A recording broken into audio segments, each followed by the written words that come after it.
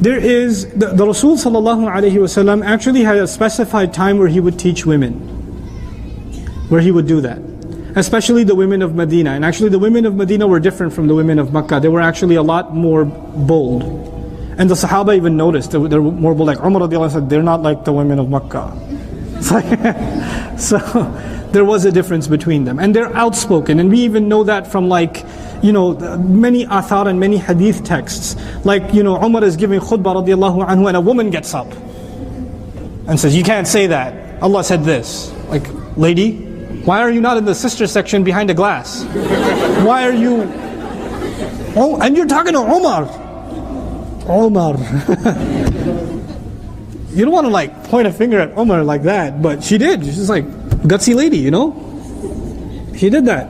And, there are assumptions that men and women should not interact with each other at all, under any circumstance. That's what Islam wants. That isn't true.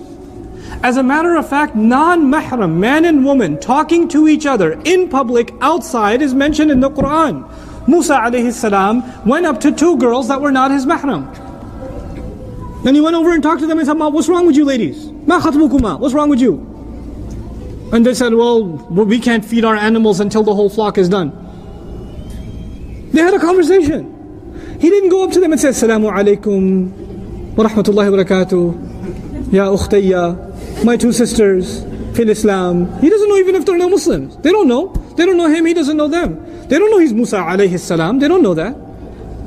They don't know any of that. But they had a conversation with each other. A non-mahram talking to another non-mahram about what? A problem. They were wrestling with sheep.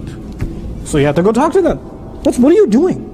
What's going on? Can I help with something? But he didn't prolong the conversation. He kept it to the point. What are we learning in Quran? If you keep your conversation to the point, it's fine. You might have a female co-worker. You might have a class. I have students. I have to answer their questions. They have a right to me as much as the brothers have a right to me. Because I'm teaching a class. It's a matter of justice. I can't put them in the back and not give them the same kind of attention. It's not fair. And I brought this up. If in education, is it fair or not? This is no. It's acceptable.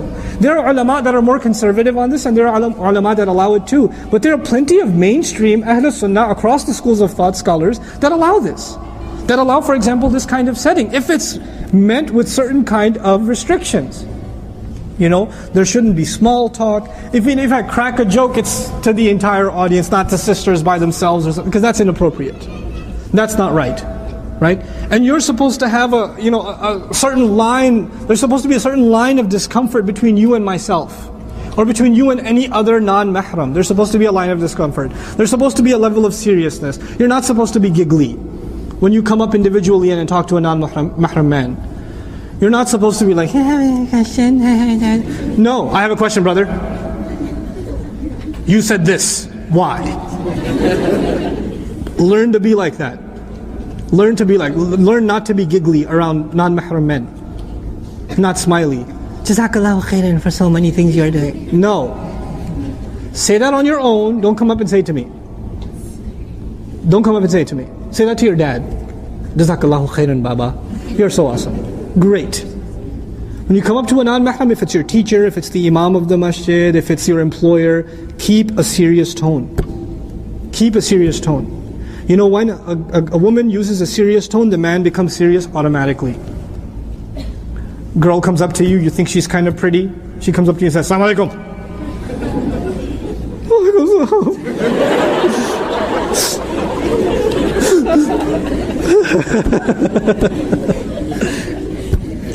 You're not going to get your play around now. It's done. It's over.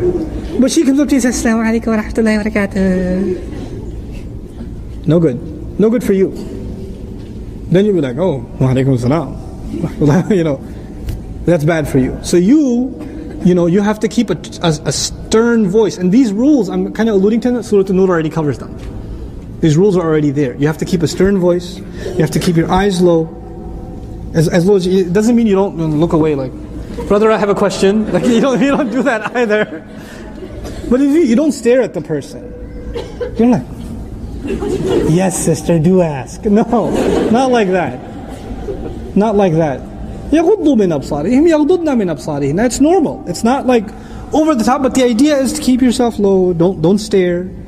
You know, make just enough eye contact to get your point across, and that's it. That's all. You don't need more than that. You know. So these certain things, they are the guidelines by which public settings make it okay.